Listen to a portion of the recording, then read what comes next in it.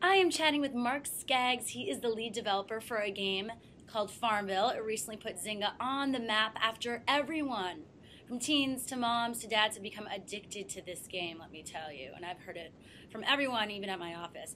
Thanks, Mark, for talking to me today. Sure. So just tell people some numbers in terms of how quickly, Farmville has increased in terms of users. Sure. We launched it on June 19th, and within 4 days, we had 1 million people playing it every single day. It was crazy. We didn't expect that. And today, we have 21 million people playing each day. But that's the number of people that play in one day. We have over 60 million people who play it on a regular basis. That is incredible. So for people who don't know what Farmville is, just give them a little snippet.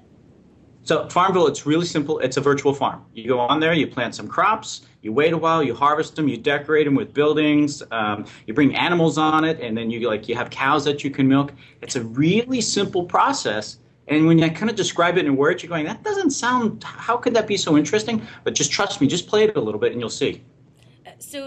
But you have people that are interested in it, from people that I guess are more traditional gamers to people who aren't. Is that because it's so simple? I mean, it's a pretty simple concept that's just gone haywire, basically. Right. It's gone extremely viral, as we call it. And I think what it is this. You're on Facebook, you're cruising around, you're talking to your friends, you're getting updates, and you see a little icon that says, hey, I just played Farmville, and you click on it, and you just start playing it. And it's a really short 5-10 minute experience at any one setting, and it's kind of like a rest stop on the highway of Facebook. You just stop there for a second, do it, interact with your friends through the game, and then you're out. But what happens is the gameplay mechanics that we built inside of it make you keep thinking, I need to come back and harvest my crops. My strawberries are going to wither if I don't get back and tend to them. My cows, I need to go save a lonely cow that showed up on my Facebook news feed. All those things, fun things. It's like a drug, it seems. I wouldn't call it that. I'm I would kidding. just call it something really, really fun to do. Tell me, what was the inspiration behind the game? What we did is we knew a type of game that we wanted to create, something where you could go out and harvest, and it kind of a simulation that runs over time. And we just kind of narrowed it down to farming. We knew it was a popular category, and it also had a couple of real essentials that I look for when I make games. One is a very strong universal appeal.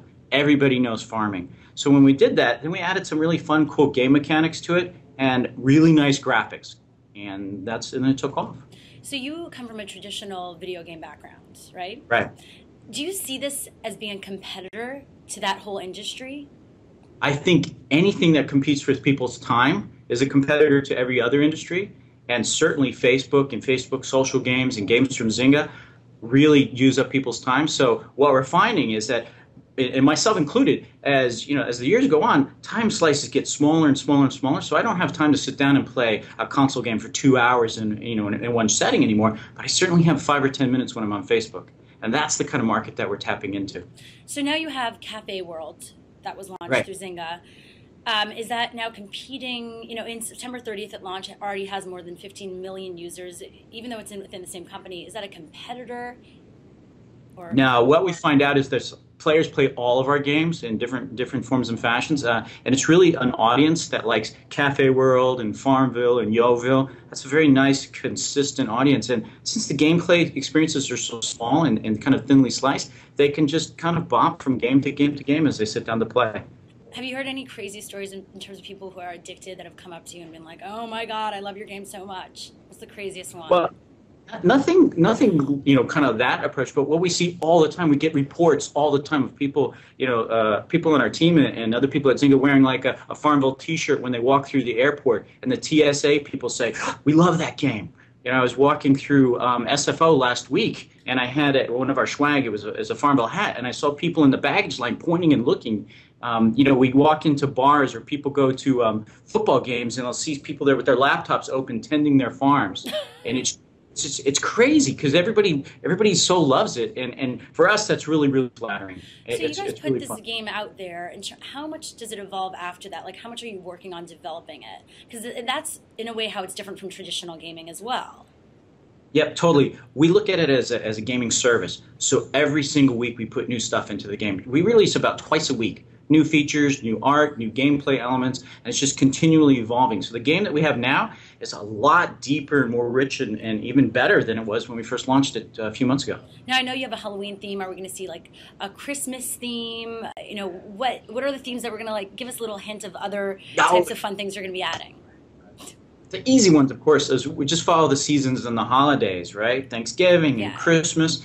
The cool thing that we're going to do, though, is as each season rolls on and we add more features and more capabilities, we'll be able to even offer a better, deeper experience. Right now, since we're still, we're only in week 17 of the game's launch. And when you think about that and put that in perspective, it's like, only 17 weeks, really? Yeah. But what we're doing is each week as we add more features, we'll be able to go a little bit deeper. So maybe in the Christmas theme, we'll be even able to do more than just the kind of the buildings and stuff we do for Halloween. Now, of course, we also have things that have to happen between the seasons. We're looking at adding a bunch of social features. One of the things that we're working on right now is the ability to go to other people's farm and fertilize their crops so that they can grow even bigger and better. Add more social mechanics there too. It's a little bit more teamwork. Yeah, that's because it is a social game, and we're always looking for not only what the single-player experience is, but how do you interact with your neighbors. And it's kind of like that whole, we're using the mindset of what it used to be like in farming communities across the world where, look, you help people out. You do a barn raising together. Maybe you need someone's special tools and you go and borrow it from them and use them. So the big question is, how does a game like this make money? Yeah, it's pretty simple, actually. There's three ways. The one that most people see is along the side there's ads, right? And when people click on those, it gives. Then we also have what we call special offers. So if you go in and sign up for, say, Netflix or something, they pay us a little bit of money. And then we have virtual goods. And that's where people go and say, hey, I want to buy that really nice spooky house for Halloween. And then they put their credit card number in. So with the numbers in mind, how much money is something like Farmville making right now? That's something that we can't talk about. But there is one thing that we can talk about, and that's the social goods aspect of the game. Okay. We released a plan, sweet potatoes, and it was under a program called Sweet Seeds for Haiti. And what we did is we asked people to make a donation so that they can get this special sweet potato. And so far, just in the few weeks that we've run it, we've raised over $480,000 for charity with this game. That's incredible.